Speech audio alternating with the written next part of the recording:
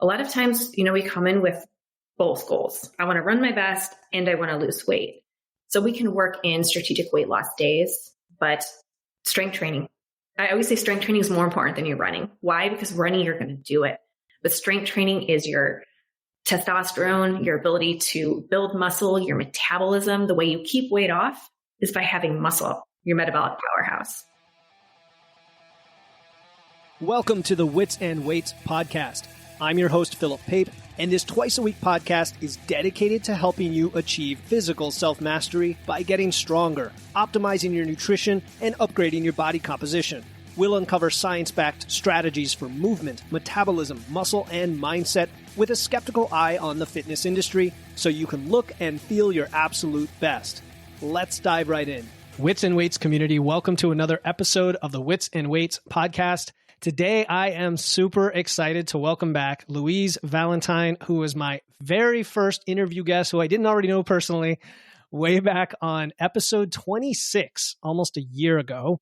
So it's an honor to have her join me again to get caught up on her incredible accomplishments in the last year and some new and exciting strategies and considerations for female endurance athletes, in particular women 35 and beyond who love to run and maybe juggling multiple goals to lose weight, lean out while still enjoying their sport. From debunking myths in the industry to achieving a zero injury rate, Louise is here to dispel the misinformation and empower female endurance athletes. If you're ready to challenge everything you thought you knew about women's health and fitness in the context of endurance sports, you'll want to listen all the way through to learn exactly what to do to excel at all your goals without injury as you age.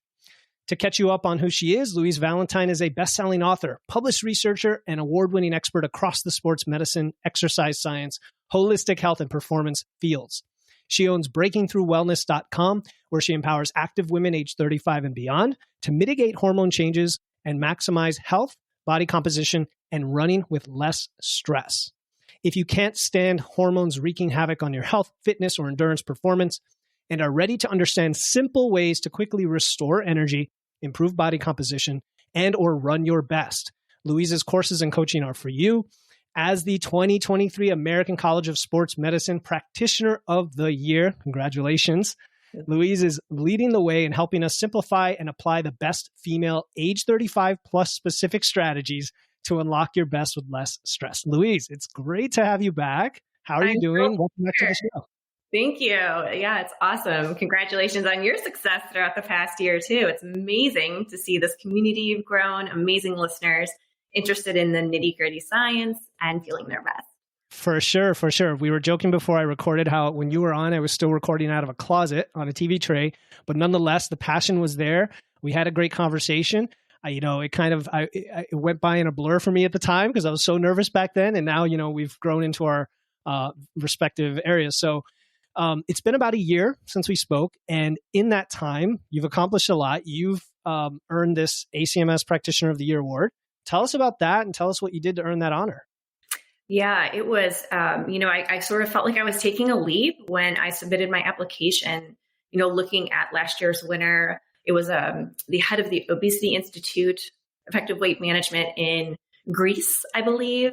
So I was looking at all of these top performers across the world and wondering, do I fit into this award position? And, I just shared my story as a military spouse, this dynamic career that I've had, as well as my personal story overcoming osteoporosis, hormone challenges, and really looking across the spectrum of health, fitness, athletic performance, holistic health, and blending these strategies all throughout my career, whether I was helping pro athletes or now women, just like me, feeling stuck with these hormonal changes and wondering, wow, I work out really hard. I still want to feel my best. This vibrant, strong, fit self. I don't want to lose this. In fact, I'll go out kicking, screaming, and running, trying to feel my very best, despite all these hormonal changes. So it's such a thrill to win. Yeah, and it definitely is inspirational. We talked about your story last time, but even the thought of being able to pursue multiple goals and get multiple results at the same time, because there is a concept or a principle of periodization of exclusive goals, going after one at a time, and how you can't have this at the same time as you have this. And we've seen that mold broken in a few areas. For example, powerlifters used to always be big, fat guys, right? And now you see that they're leaner, they can be healthier while still competing.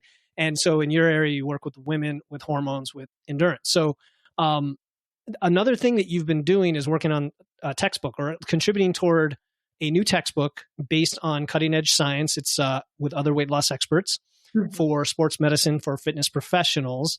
Can you share with us any of the secrets that you're including that the fitness industry hasn't heard yet? Speaking of breaking the mold. So, this is, again, looking at the active woman. We might assume someone who is struggling with excess weight is not active. But what about those women who are active? They're trying their hardest. They're dialing in their nutrition and they're still not seeing results.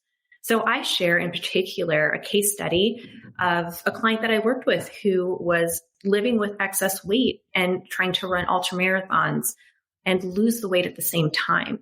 So what did that look like? If you're a fitness professional and you're working with someone who is so dedicated to their running, yet they still want to, protect their metabolism. They want to see body composition changes. How do we do it?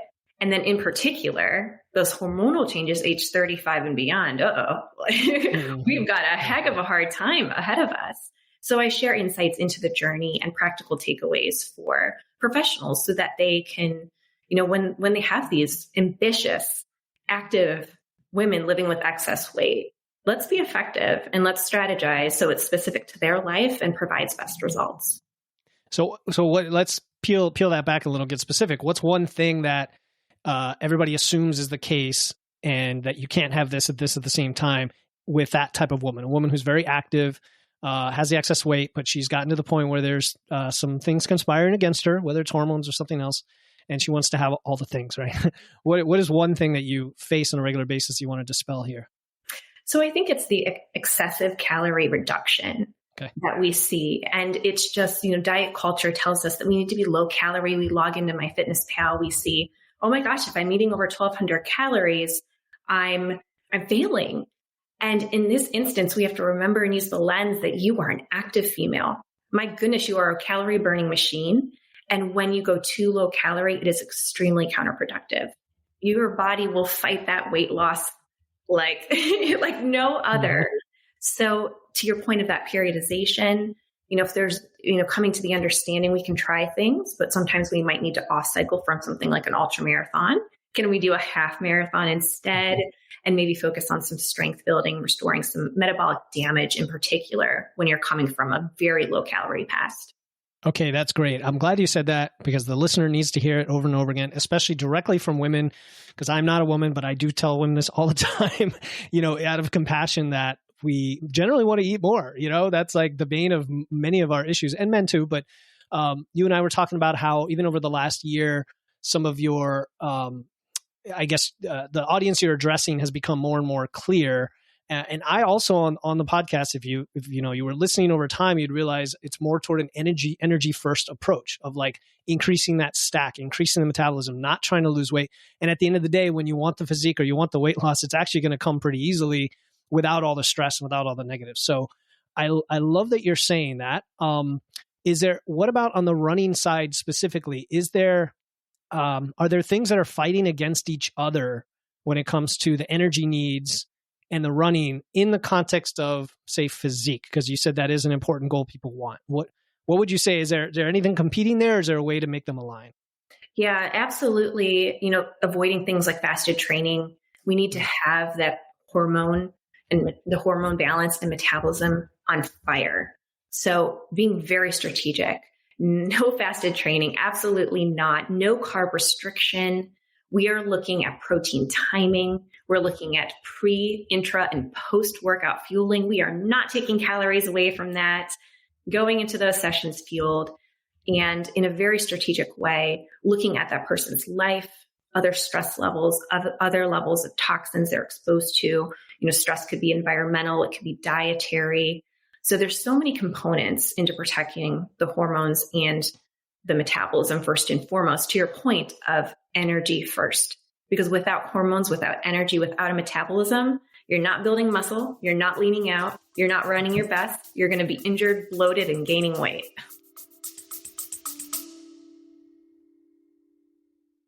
Hey listeners, this is Philip Pape, and I'm excited to announce our upcoming totally free 21-day challenge starting December 1st. It's called the Wits and Weights No Diet Holiday Body Recomp Challenge. This challenge is about learning how to achieve body recomposition. That's building muscle and losing fat at the same time without dieting or restriction throughout the holidays. I'll be giving you free videos, guides, and personalized coaching in a private group chat to help you enjoy the holidays while being satisfied and guilt-free. The kickoff call is Friday, November 17, and the link to enroll is in the show notes. No matter what episode you are listening to, don't worry. If you're hearing this after November 17, you can still register and get access to the replay and resources before the challenge starts on December 1st. Again, to join the Wits and Weights No Diet Holiday Body Recomp Challenge to build muscle and lose fat without dieting through the holidays, click the link in my show notes. Now back to the episode. Absolutely, 100%. So I love it. No carb restriction, avoid fasted training, all the things I'm constantly getting questions about. Like, but fasted training works for me. Well, really, does it? Let's take the whole context and experiment with a little bit more energy here. So because you work with athletes who want to perform well in ultramarathons, endurance sports, triathlons, and again, the conflicting goal thing, what about where does, say, fat loss fit in? And again, we're not talking about calorie restriction per se, but at some point there's a dedicated, hopefully short duration, as easy as we can make it, minimal hunger kind of situation where you still lose the excess body fat if you need to. What does that look like? Absolutely. It's very strategic strength training. So looking at working with those hormonal changes, making sure you're lifting heavy enough. Because if you're doing all the light weights in the world, you're not going to be seeing those body composition changes. Ensuring it's very specific to the individual's goals. So we're seeing those body physique changes as well as injury prevention, because you still want to be a strong runner too. But then also just looking at ensuring that all pieces of the puzzle are together. So you have the nutrition day to day, and then the strategic calorie reduction in small doses so that it doesn't impact hormones, recovery, and performance. To say that you would never have a day where you don't feel your best is a lie. Sure. We look at all the different strategies, though, like even carbohydrates, cycling, the super low calorie, all the different diet trends out there. They're working against us in this particular circumstance. Mm-hmm. And it's actually exacerbating things like our progression towards perimenopause. That was my exact story. I hit early menopause in my 20s, and it was like, what? Mm-hmm. Are you kidding me? In women runners, they're running their way to perimenopause when they're trying to have all of these competing goals. So when you apply this to a client, what kind of results have you been most proud of that you've seen and probably learned from as you put these pieces of the puzzle together? It's been absolutely amazing because my academy that I have for the women that I coach is called Badass Breakthrough Academy. It has literally been built from listening to clients and what is getting the best results. So I went in with so many assumptions as a professional, and the best takeaways have come from real women. So looking at ensuring that they have the nutrition, lifestyle, and training strategies are just so critical. Yeah, it makes sense. And listening to clients, that's kind of like where I know you put out a lot of content on social media, and if I were to guess, probably almost every single one of those is based on a question you've had to answer for a client, right? Yes. Yeah, that's where it comes from. So one of the hot trending topics right now is female specific exercise strategy, right? And even I get the daily question, but how do I train if I'm a woman over 40? And it's always a specific age cutoff, and that I'm a woman, and I don't mean to be cynical at all, because there are differences to men and women. There's differences with age.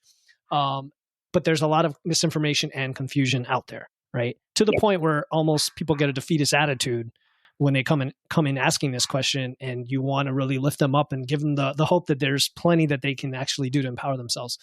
So what are the common myths and mistakes you see in this area, right? And then how do you educate our listener and the clients and empower them to break through the noise and find out what works best for them? Yeah, I just think it's incredibly overcomplicated. And we look at things like the optimization of lab work as an example. So we might see individuals who just come in, they're like, Louise, what lab should I ask my provider for? What should we look in sorts of testing? Can you review all of my labs? And, you could spend all the money in the world on a salivary cortisol test. What's it going to tell you? You're stressed, particularly in the morning. We could have told you that. Yeah. If you look at your lab work, it is a point in time. It is simply blood work. It is but a day. So, then you can get expensive and get a SpectraCell. You can look into the nutritional composition of your cells to see how it's actually absorbing. A lot of money. And we just get in the weeds of this optimization without taking the step back to look at, are you doing the simple day-to-day things that matter most? And when the women that I coach come into my program, they're like, it's so simple. Because you're simple with the things that matter most, you're consistent, you drive incredible results.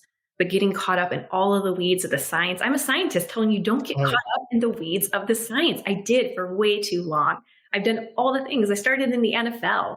I was all into the hyperbaric chambers and cryotherapy and give me the red, anything. I'll take this supplement, that. And no, it did nothing except put me in complete hormone damage, ended up with osteoporosis, that hypothyroidism, gut health disturbances, precancer, you name it. So I have been the train wreck where a lot of your listeners might feel like they are, but I can stand here as hope and living proof that you don't have to live like that. And at any age, both myself and my clients, all the way through age, I think 56 is the oldest woman who's gone through my academy, reversing bone health, reversing hormonal health. And it's simple, whole food. It's nothing crazy. Mm-hmm. It's true. It really comes down to like this really short checklist. You could just, of course, we know things are simple, not easy. Just give them the sheet and say, do all these things. But we know it's not just that, right? I agree that we overcomplicate things to the point where, like in the evidence-based space, we have to start pulling out scientific papers and citations and all these other things. And, I love doing that personally, but the person I'm talking to just wants to understand what to do. And the way you put it with it kind of being in alignment with your body, I guess you didn't say that explicitly, but that's what I'm getting from it, where if there's anything that's off, anything that's like forcing you in a direction that doesn't feel right, calorie restriction does that, right? Energy restriction does that, where you just feel like, can I really live this way?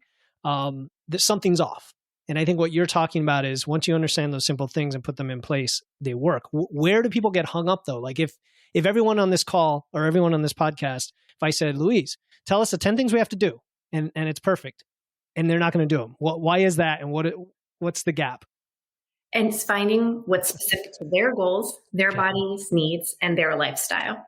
So what is so ironic about what you just said is women in my program go through 5 initial weeks of learning. At the end, you get a checklist. It's called the Friday for 35 checklist. But what is so critical, to your point, is I used to just do a couple sessions. I know, because we need to get you to practice this in every single day life. When it doesn't work, you come back to me.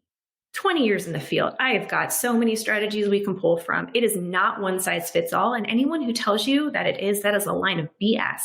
They are too close-minded. You need to find that outside of the box thinker who will help you fit it into your life. So working with pros all the way through and feeling completely burned out and broken, chronic disease diagnoses, Olympians, either side of the spectrum, we need the same exact thing, customized to us, our body. Yeah, for sure. What's the classic phrase? Like their methods are many, principles are few, or something like the principles are the checklist, but how you get there for each individual is going to change drastically. And some may apply more than to others. So, speaking of women with the hormones, you mentioned that, and now we can talk about maybe physiology. There's changes that definitely happen that affect your health, your fitness, your performance. I'm going to say in the ways that healthcare and fitness industries maybe gaslight in some cases, or they put their hands up and they say, oh, well, you're just getting older. That's how it is. I've seen that with the women in my life. And you mentioned the signs of perimenopause. I'm guessing some people put up their hands. I'm just going to guess that some doctors did that. It kind of pisses me off, even though I'm a guy, right? Because I've seen firsthand how it affects people and it makes them think like there's no hope. Mm-hmm. So how can women understand exactly what's happening in their bodies based on this age-related process and then take control over their health? Absolutely. And that's again where I think we're just so in the weeds with the science. Let's simplify it. What is happening? Age 35 for most women is when hormones start to decrease. Estrogen, progesterone, and testosterone.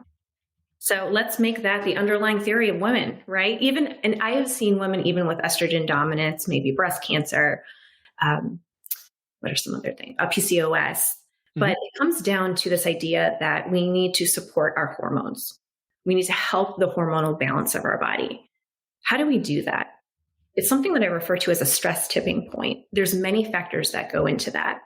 In the past, we used to assume when a woman had, something like low bone density, hormonal health disturbances, problems with her period, that was called the female athlete triad. Well, part of the reason why I am a leader in the field now is because we're rethinking that. I've been compared to the founder of that as leading the way in the field, but it's really rethinking, how does gut health play into that? How does your day-to-day stress management, stress meaning exposure to things that you eat in terms of ingredients that influence hormonal health and gut health, looking at day-to-day stress and how you manage it. And then this is the game changer, stress of exercise. So many active women don't realize that exercise strategies need to change, or your hormonal health, you will be essentially draining it and expediting your way to perimenopause. And that's where you go to the provider, like I did. And they said, well, you just hit menopause early. I don't accept that. Mm-hmm. This is not okay. And with the fact that people think that this is okay, genetically, we might be mildly predisposed.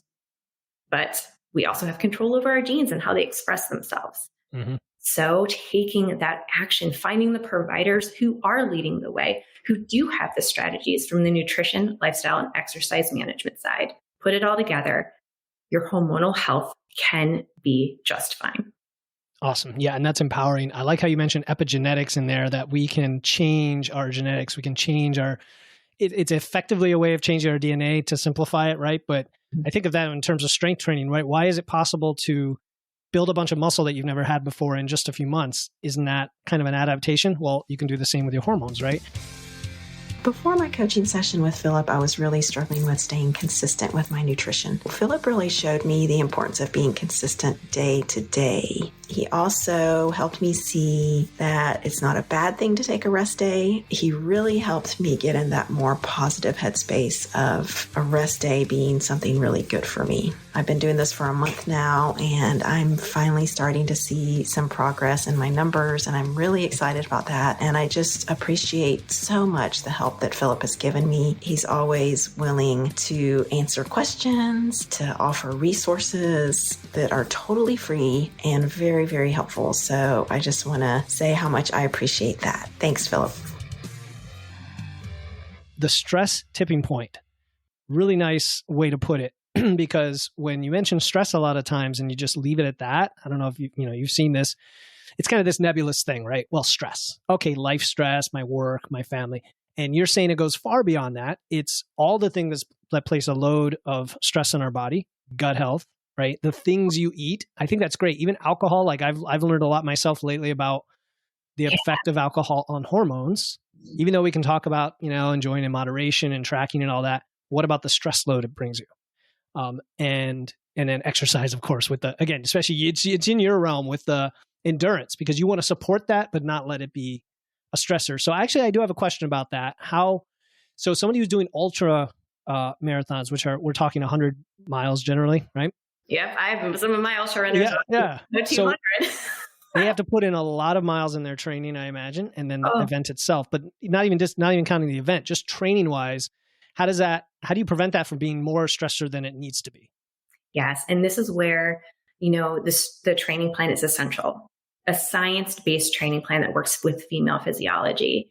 And this is, again, where there's not a lot in the field where we're accommodating for hormonal health. So again, another reason why, I'm winning awards in the industry right now and leading the way is thinking through less is more. And how do you train for an ultra as a woman in perimenopause in your late 40s without draining your bone health? And the way I phrase it too is that endurance exercise is hormone draining by nature. The reason why we have a taper week before a race is to restore our hormones. So essentially, you are draining your hormones the entire time you're training as a byproduct of what you want to happen in your physiology and getting those training adaptations. So we need to be really strategic not to do that too much. So we're really rethinking the training plan. We really rethink it in terms of days per week, adding more rest and recovery. When you go strong, you go strong. You can still PR. Women in their 50s are getting faster in my program. Like you were talking about those results. That is something that I'm incredibly proud of. And I'm talking sports medicine physicians, occupational therapists, physical therapists, and they're like, I just don't want to end up like my patients. Can you help me? Like, that is powerful. That is powerful to hear you say that. And then look what you're doing now, taking charge of your health. Like, blows my mind. I'm just so proud of the women that I coach, you could tell. Of course, yeah. And I'm sure they love being able to have that clarity, the clarity that you can control what happens to your body, even if you intentionally put it through a little bit of stress, which you have to train for these endurance events. I like how you put it, kind of draining your hormones, and it's a deliberate thing because you're trying to get some other result, but then you're allowing it to recover, which is kind of like the acute stressor of a fat loss phase, right?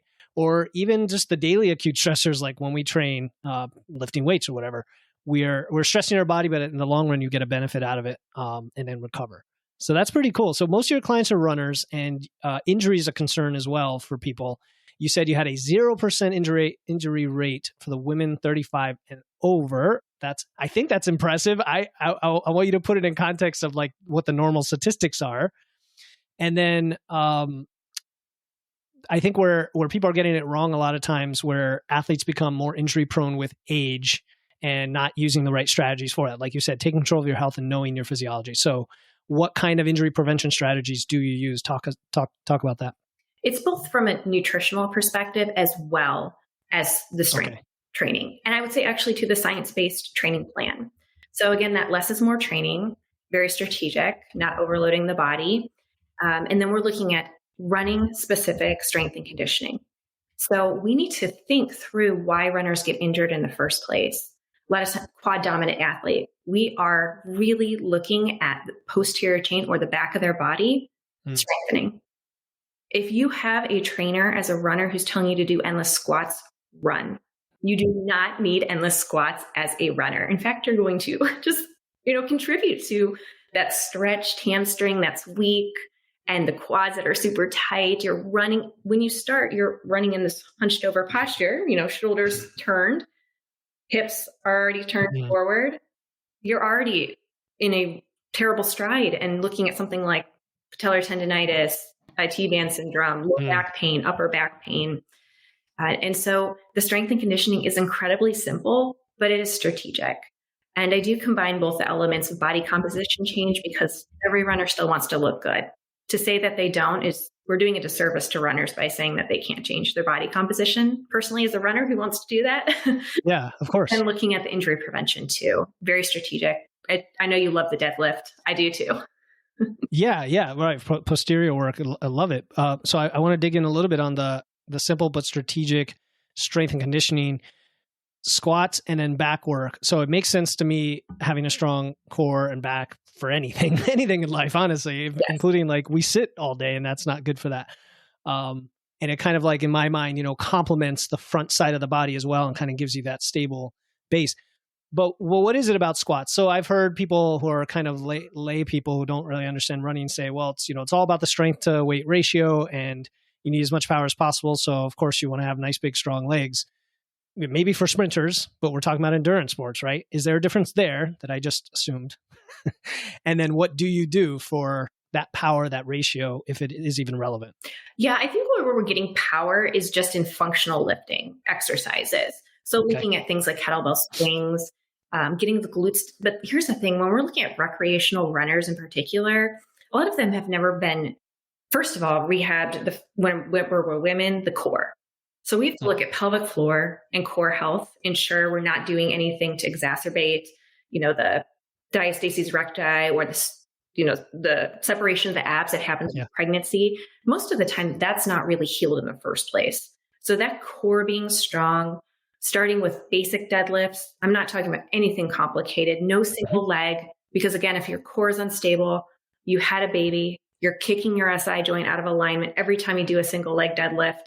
Mm-hmm. And that's the first thing. I went to physical therapy, and that's the first thing they put me through, a single deadlift. They like the unilateral stuff, don't they? Yeah. Yeah. And I was just like, well, okay. So my history would not allow for this to be a great exercise.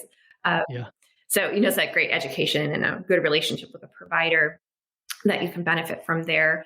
But again, we're looking at dynamic functional lifting to be a strong human, things like bicep curl and overhead press. Let's not separate those. Let's just keep them together.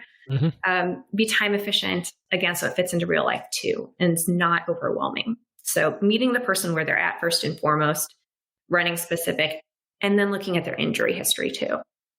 Okay, and you mentioned the quad dominant nature of this. What kind of leg work do you do? Just as an example. So I would look at deadlifting. I would look at doing some clam exercises, hip bridges, and doing hip bridges with some weights. So you have a counter pressure, so glutes actually fire.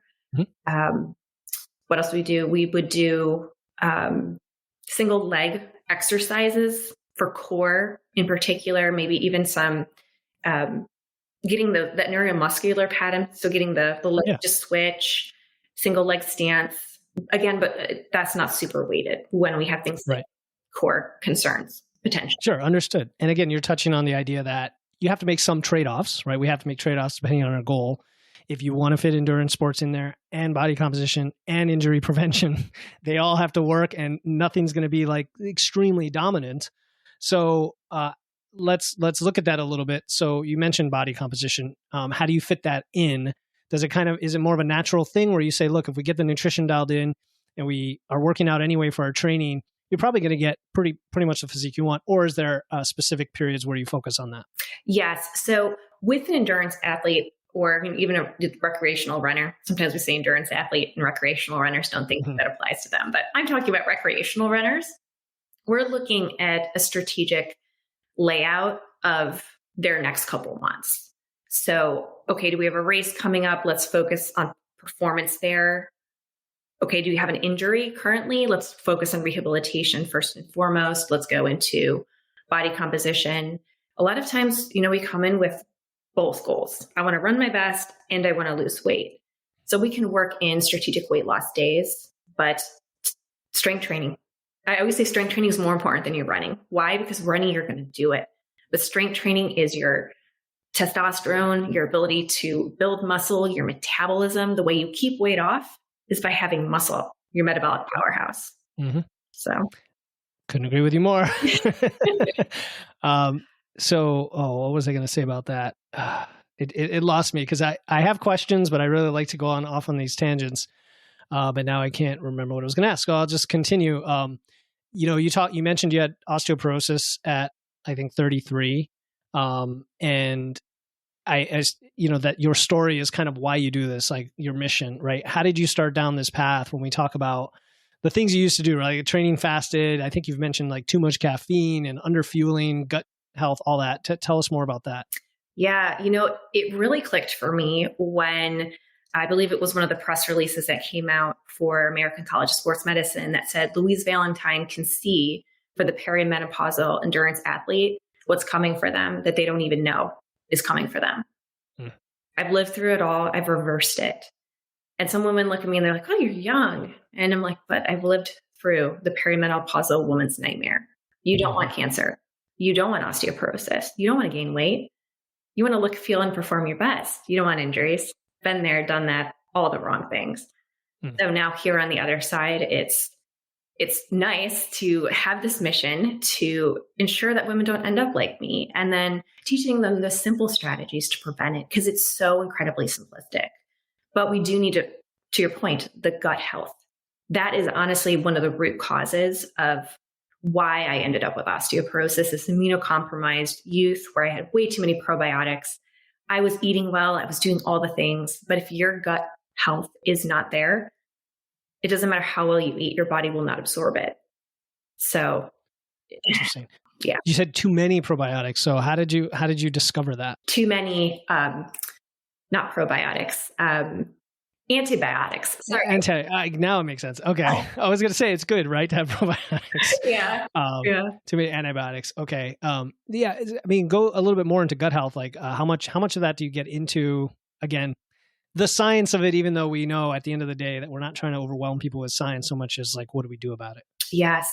And this was one where my diagnosis was one that we don't really study much in the US. So I had to go into like the Chinese science and pretty much figure out my own gut health and what was wrong with me and how to restore it. I was told I would have cancer in 4 years, and instead I reversed the condition with a nutrition and lifestyle approach. So if your doctor ever tells you something's impossible, just know, do your research first and foremost. But I did not have good gut health my entire life, and it manifested in the oddest of ways. And I do see a lot of women, and even some of the men that I coach, having a lot of these gut health struggles. It's these weird symptoms. It's like, I tested allergic to the world. I'm allergic to everything. Or I have psoriasis, or these seasonal allergies. I have weird nerve pain. I can't lose weight no matter how hard I try. So I do have gut health education in my program, because I'd be remiss if I didn't teach women how to protect their gut health too. It's health and performance starts in the gut.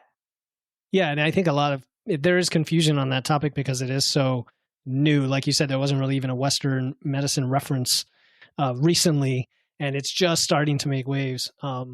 Okay. What about, so you've talked about weight loss a few times, and I'm bringing this up more with guests, and what do you think of the phrase weight loss? So I use the phrase fat loss more often now. And maybe it's semantics, but what do you think of that given the general perception people have of weight loss as an energy restriction and all the other things we talked about? Yeah. And so in terms of weight loss itself, I think that, it's hard because automatically I think we think of dieting and we think of restriction, and that is where it's nourishing our body. I just wish it was nourishing your body. And I've also seen the language, an overnourished individual as someone who's gaining weight.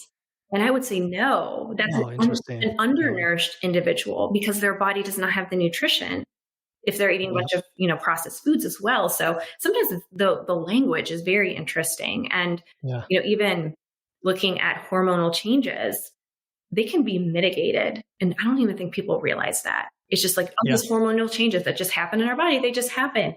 We can take control of them, and they don't have to happen as fast as they say they have to. That's a very good principle you just alluded to, because you can extend that to everything else in our body. Assume that nothing is fixed, right?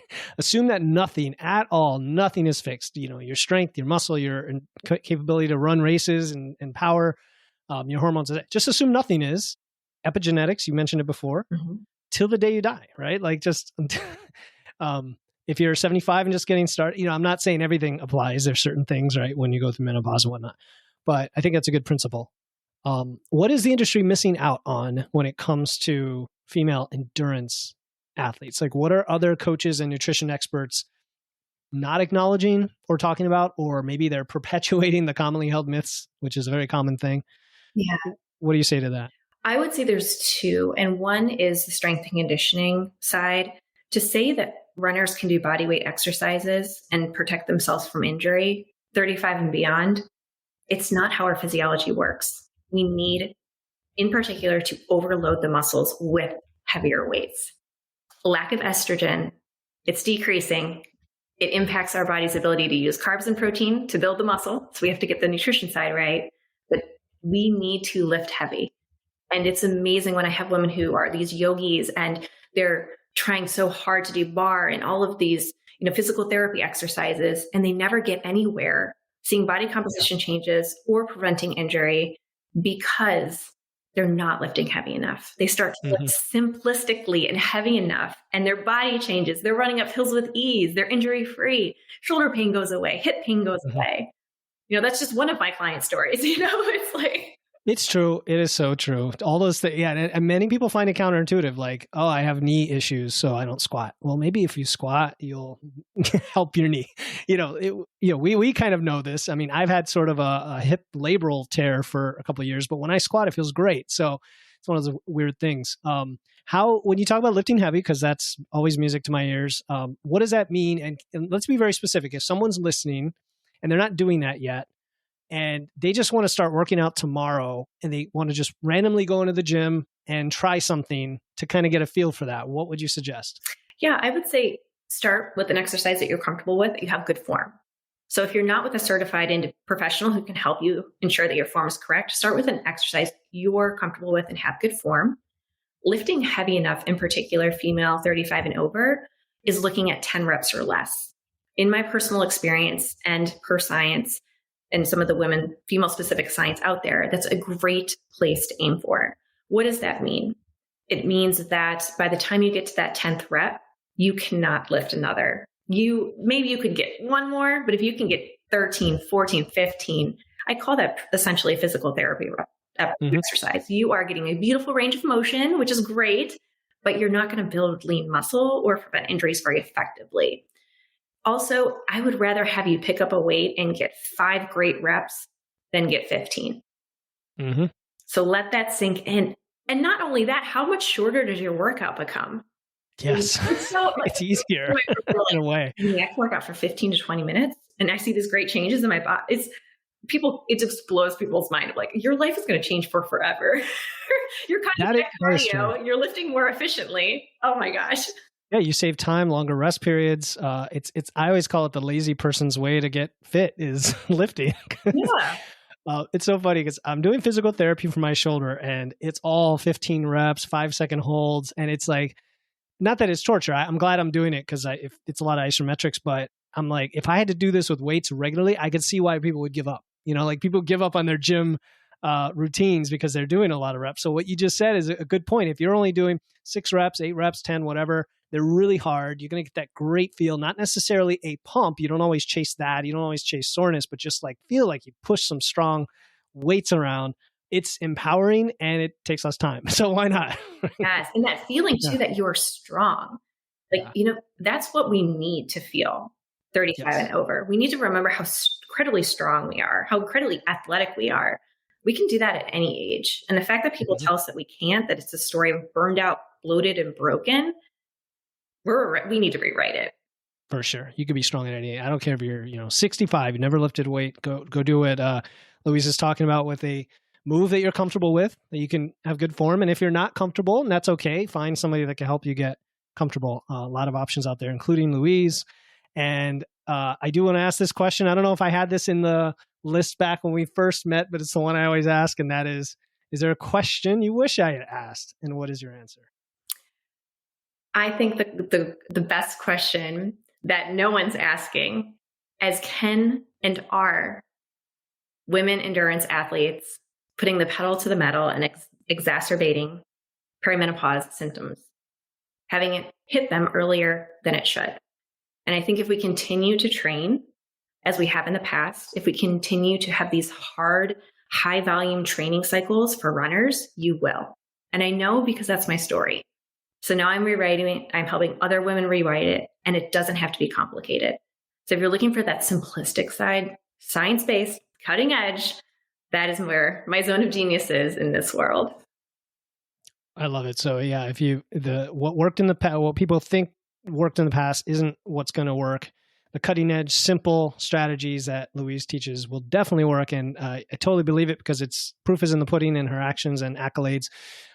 Where can people learn more about you, Louise? You can find me at breakingthroughwellness.com. I've got a blog, videos, newsletter tips, free resources, and a great community of women that I do coach, as well as other, mini courses and offers. So I just encourage women to start getting informed and find the practitioner that resonates with you. Maybe it's not me. Maybe it's Dr. Stacy Sims, other leaders in the field. Go and get yourself educated, find what works best for you, and then own it. Don't let anybody else tell you that there's only one way. There's many ways. Many ways. Own it. And if they're listening to this podcast, they definitely want to get educated. So I put those links in the show notes so the listeners can find you, Louise. It's great to have you back on again. I learned a lot as always, and I'm sure the listener did as well. And they have some great information to run with. Yes. Oh, so thank you so much. Thank you for tuning in to another episode of Wits and Weights. If you found value in today's episode and know someone else who's looking to level up their wits or weights, please take a moment to share this episode with them. And make sure to hit the follow button in your podcast platform right now to catch the next episode. Until then, stay strong.